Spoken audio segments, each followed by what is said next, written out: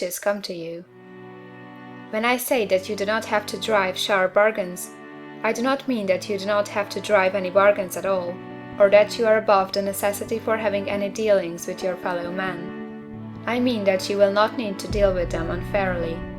You do not have to get something for nothing, but can give to every man more than you take from him. You cannot give every man more in cash market value than you take from him, but you can give him more in use value than the cash value of the thing you take from him. The paper, ink, and other material in this book may not be worth the money you pay for it, but if the ideas suggested in it bring you thousands of dollars, you have not been wronged by those who sold it to you. They have given you a great use value for a small cash value. Let us suppose that I own a picture by one of the greatest artists, which, in any civilized community, is worth thousands of dollars. I take it to Baffin Bay, and by salesmanship induce an Eskimo to give a bundle of furs worth $500 for it. I have really wronged him, for he has no use for the picture. It has no use value to him. It will not add to his life. But suppose I give him a gun, worth $50 for his furs. Then he has made a good bargain. He has use for the gun. It will get him many more furs and much food. It will add to his life in every day. It will make him rich. When you rise from the competitive to the creative plane, you can scan your business transactions very strictly, and if you are selling any man anything which does not add more to his life than the thing he gives you in exchange, you can afford to stop it. You do not have to beat anybody in business, and if you are in a business which does beat people, get out of it at once. Give every man more in use value than you take from him in cash value. Then you are adding to the life of the world by every business transaction. If you have people working for you, you must take from them more cash value than you pay them in wages. But you can so organize your business that it will be filled with the principle of advancement, and so that each employee who wishes to do so may advance a little every day. You can make your business do for your employees what this book is doing for you. You can so conduct your business that it will be a sort of ladder, by which every employee who will take the trouble may climb to riches himself, and given the opportunity, if you will not do so, it is not your fault. And finally, because you are to cause the creation of your riches from formless substance which permeates all your environment, it does not follow that they are to take shape from the atmosphere and come into being before your eyes. If you want a sewing machine, for instance, I do not mean to tell you that you are to impress the thought of a sewing machine on thinking substance until the machine is formed without hands, in the room where you sit or elsewhere. But if you want a sewing machine, hold the mental image of it with the most positive certainty that it is being made, or is on its way to you.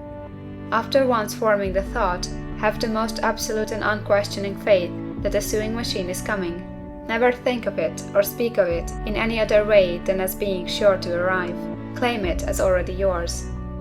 It will be brought to you by the power of the Supreme Intelligence acting upon the minds of men. If you live in Maine, it may be that a man will be brought from Texas or Japan to engage in some transaction which will result in your getting what you want. If so, the whole matter will be as much to that man's advantage as it is to yours.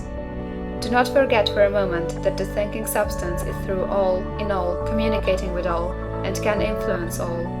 The desire of thinking substance for fuller life and better living has caused the creation of all the sewing machines already made, and it can cause the creation of millions more, and will, whenever men set it in motion by desire and faith, and by acting in a certain way.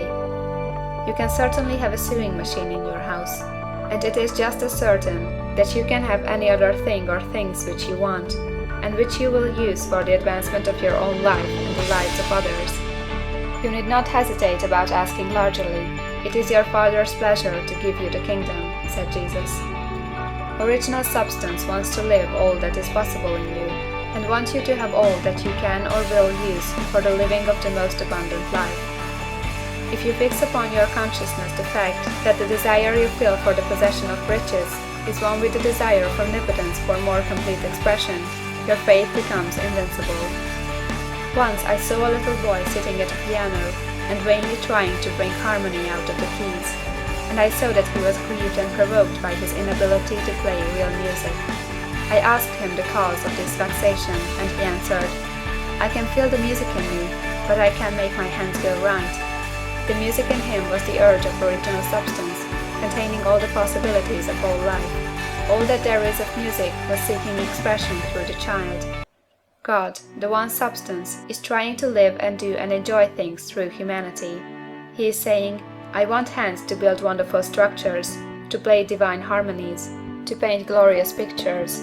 I want feet to run my errands, eyes to see my beauties, tongues to tell mighty truths, and to sing marvelous songs, and so on. All that there is of possibility is seeking expression through man. God wants those who can play music to have pianos and every other instrument, and to have the means to cultivate their talents to the fullest extent. He wants those who can appreciate beauty to be able to surround themselves with beautiful things. He wants those who can discern the truth to have every opportunity to travel and observe. He wants those who can appreciate dress to be beautifully clothed, and those who can appreciate good food to be luxuriously fed. He wants all these things because it is himself that enjoys and appreciates them. It is God who wants to play and sing and enjoy beauty and proclaim truth and wear fine clothes and eat good foods. It is God that worketh in you to will and to do, said Paul. The desire you feel for riches is the infinite seeking to express himself in you, as he sought to find expression in the little boy at the piano. So you need not hesitate to ask largely. Your part is to focalize and express the desire to God. This is a difficult point with most people. They retain something of the old idea that poverty and self-sacrifice are pleasing to God. They look upon poverty as a part of the plan, a necessity of nature. They have the idea that God has finished his work and made all that he can make, and that the majority of men must stay poor, because there is not enough to go around. They hold so much to this erroneous thought that they feel ashamed to ask for wealth. They try not to want more than a very modest competence, just enough to make them fairly comfortable. I recall now a case of one student who was told that he must get in mind a clear picture of the things he desired, so that the creative thought of them might be impressed on formless substance. He was a very poor man, living in a rented house and having only what he earned from day to day, and he could not grasp the fact that all wealth was his. So, after thinking the matter over, he decided that he might reasonably ask for a new rug on the floor of his best room and an anthracite coal stove to heat the house during the cold winter. Following the instructions given in this book, he obtained these things in a few months, and then it dawned upon him that he had not asked enough. He went through the house in which he lived, and planned all the improvements he would like to make in it. He mentally added a bay window here, a room there, until it was complete in his mind as his ideal home, and then he planned its furnishings. Holding the whole picture in his mind, he began living in the certain way, and moving toward what he wanted, and he owns the house now, and is rebuilding it after the form of his mental image.